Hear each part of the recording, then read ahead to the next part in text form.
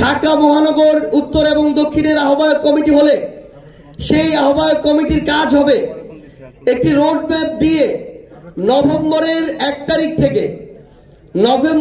তারিখ থেকে প্রত্যেক দিন অন্তত 3টি থানায়, যেটি আপনারা বলেছেন যে আগের রাতে জানানো হয়, অন্তত 5 দিন আগে জানিয়ে দিতে হবে সেই রোড ম্যাপ।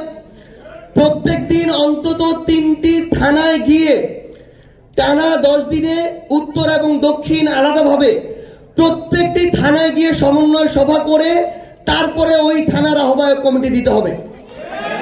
বাংলা মোটরের অফিসে বসে কোনো আহ্বায়ক কমিটি দেওয়া যাবে না। আমরা দলের প্রয়োজনে, রেজিস্ট্রেশনের প্রয়োজনে সমন্বয় কমিটি দিয়েছি। কার মাধ্যমে এই কমিটি যাচ্ছে, কারা কারা সদস্য থাকছে, আমরা সেটা যাচাই করতে পারিনি। কিন্তু আহ্বায়ক কমিটিতে এই সুযোগ থাকবে না। যে থানায় গিয়ে সমন্বয় কমিটি হবে না, ওই সমন্বয় কমিটি না হওয়ার পূর্বে মহানগর আহ্বায়ক কমিটি ওই থানার আহ্বায়ক কমিটি দিতে পারবে না।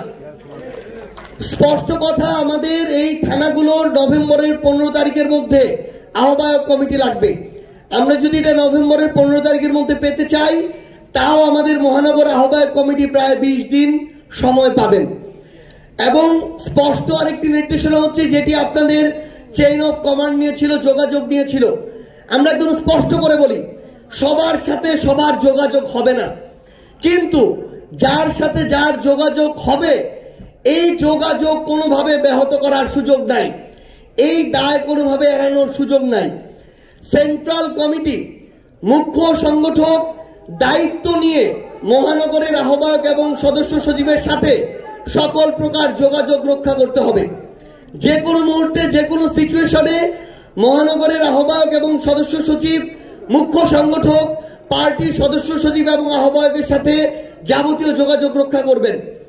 একইভাবে থানার আহ্বায়ক এবং সদস্য সচিব যে কোনো মুহূর্তে মহানগরের আহ্বায়ক এবং সদস্য সচিবকে পাবেন, এটার নিশ্চয়তা মহানগরের আহ্বায়ক এবং সদস্য সচিবকে দিতে হবে। একইভাবে ওয়ার্ডের আহ্বায়ক এবং সদস্য সচিব সার্বিক বিষয়ে থানার আহ্বায়ক এবং সদস্য সচিবের সাথে যোগাযোগ স্থাপন করবেন। যদি এমন হয় ওয়ার্ডের যারা নেতৃত্বে আছেন তারা তাদের জায়গা থেকে থানার সাথে যোগাযোগ করছেন, তারা সলভ করতে পারছেন না, তখন তারা মহানগরের সাথে যোগাযোগ করবেন। মহানগরে যদি সলভ করতে না পারেন, কেন্দ্রের সাথে যোগাযোগ করবেন। কিন্তু একটা লেয়ারে গিয়ে সমস্যার সমাধান না হওয়ার পরে ওইখানেই যদি থেমে যায়, তাহলে আমাদের রুট লেভেলের নেতৃবৃন্দ আমাদের উপর আস্থা হারাবে।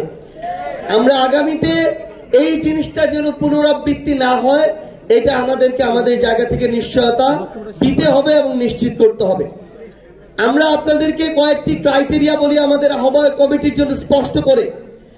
আমরা আমাদের পার্টির পলিসি থেকে বলছি, আপনারা ইতিমধ্যেই জানেন আমাদের যারা ছাত্র সংগঠন, জাতীয় ছাত্র শক্তি, রানিং যারা স্টুডেন্ট আছেন অনার্স মাস্টার্স লেভেল পর্যন্ত, গড় বয়স 25 পর্যন্ত তারা ছাত্র শক্তিতে কাজ করবেন।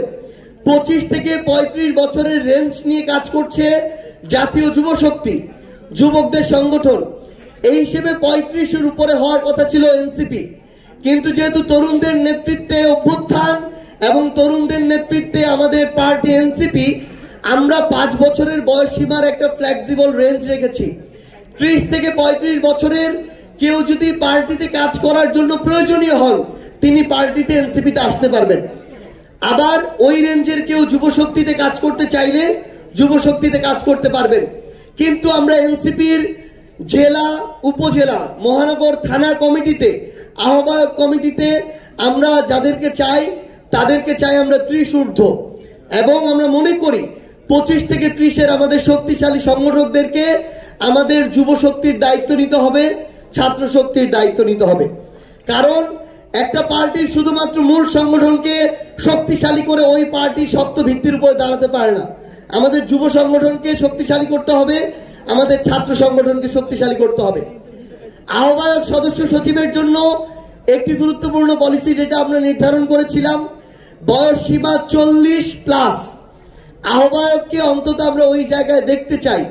খুবই এক্সেপশনাল কনসিডারেশন 2-1 বছর হতে পারে, কিন্তু আমরা এই জায়গাটিতে গড়ে ওই পার্টির ক্যারেক্টার দাঁড় করানোর জন্য ওই রেঞ্জটা চাই। এটা কোনোভাবেই অন্তত সদস্য সচিব 35-এর নিচে কনসিডার করা হবে না। আমরা আমাদের জায়গা থেকে আহ্বায়ককে অবশ্যই 40-র উপরে চাই, কারণ এই যে জেনারেশন যে আছে প্রত্যেকটি জেনারেশনকে যেন আমরা কানেক্ট করতে পারি। অন্তত 3টা জেনারেশন তাদের জায়গা থেকে আমাদের সাথে সম্পৃক্ত হবে, প্রত্যেকটাকেই যেন আমরা কানেক্ট করতে পারি। এইটুকু পলিসিতে আমরা আমাদের জায়গা থেকে যাব। 24-এর অভ্যুত্থান পূর্ববর্তী সময়ে আওয়ামী লীগ এবং তার যে কোনো অঙ্গ সংগঠনে পোস্টেড ছিল এমন কেউ এনসিপির কোনো আহ্বায়ক কমিটিতে আসতে পারবে না। সেকেন্ড, এই অভ্যুত্থান বিরোধী, জুলাই বিরোধী যে কোনো ধরনের অনলাইন অফলাইন অবস্থান ছিল এইরকম কেউ এনসিপির কোনো আহ্বায়ক কমিটিতে আসতে পারবে না। থার্ড, স্থানীয়ভাবে সোশ্যালি নিজেদের সার্কেলে, নিজেদের জব সেক্টরে, ওই এরিয়ায় কারো ইমেজ খারাপ, এই ধরনের কোনো মানুষকে, এটা ফ্যাক্ট চেক করতে হবে, ব্যক্তি টু ব্যক্তি এটা ভ্যারি করতে পারে, কিন্তু ওভারঅল যদি ইমেজ খারাপ হয় আমরা তাদেরকে আমাদের আহ্বায়ক কমিটিতে নিতে আগ্রহী না। এবং সর্বশেষ, আমাদের সমন্বয় কমিটিতে যেহেতু আমরা পুঙ্খানুপুঙ্খ যাচাই করে ওই কমিটিটি দিতে পারিনি, ওই কমিটিতে থাকা কেউ যদি নামকাওয়াস্তে শুধু কমিটিতে থাকে, বিগত সময়ে তাকে খুঁজে পাওয়া যায় নাই, খালি গুরুত্বপূর্ণ প্রোগ্রামে 6 মাসে একদিন পাঞ্জাবি পায়জাম পরে চলে আসছে, এই ধরনের লোককে আমরা আহ্বায়ক কমিটিতে চাই না। আবার এমন অনেকে আছেন যারা তাদের জায়গা থেকে খুবই অ্যাক্টিভ, কিন্তু ক্ষমতার অপব্যবহার করেছেন, ওই পদের অপব্যবহার করেছেন। আপনারা উপযুক্ত প্রমাণ সহ এই অভিযোগ সংশ্লিষ্ট দায়িত্বশীল যারা কমিটি প্রদান করবেন তাদের কাছে জমা করবেন। স্পষ্ট করে বলি, যারা এই ধরনের ক্ষমতার অপব্যবহারের সাথে সম্পৃক্ত তাদেরকে এনসিপির কোনো কমিটিতে আমরা জায়গা দিব না। আমরা আপনাদেরকে আহ্বান করব, আমরা আমাদের জায়গা থেকে যেন নিজেদের প্রতি, আমাদের পার্টির প্রতি, এই বাংলাদেশের প্রতি, অভ্যুত্থানের আকাঙ্ক্ষার প্রতি সৎ থাকি। আমরা যেন নিজে সামনে আগাতে গিয়ে অন্যকে পিছন থেকে টেনে না ধরি, কারণ আমাদের ভিতরে এটাও দেখা যায় যে তাকে সামনে আগাতে দেয়া যাবে না, এই জন্যই তার বিরুদ্ধে অভিযোগ দিতে হবে। সো এই বিষয়টা থেকেও আমাদের বের হয়ে আসতে হবে। এবং আরেকটি বিষয় হচ্ছে, আমাদের এই এনসিপিতে অন্য সকল রাজনৈতিক দলের ভালো মানুষদের জন্য এই দরজা খোলা, কিন্তু একদম স্পষ্ট কথা হচ্ছে, কেউ যদি মনে করেন এনসিপিতে এসে আগের বা নিজের কোনো ব্যক্তি উদ্দেশ্য বাস্তবায়ন করবেন বা প্রত্যাশা করবেন, তাহলে আপনারা হয় আগের জায়গায় ফিরে যান অথবা এনসিপি থেকে দূরে থাকুন। এনসিপির যে আদর্শ, সেই আদর্শকে সামনে রেখে চলবে। আপনার এই আদর্শিক জায়গায় আগে বোঝাপড়া তৈরি হতে হবে। আমরা আমাদের জায়গা থেকে এই বোঝাপড়া তৈরি হওয়ার জন্য আমরা বিশ্বাস করি আগামীতে আহ্বায়ক কমিটির মাধ্যমে প্রত্যেক মাসে অন্তত একটি কর্মশালার আয়োজন করব।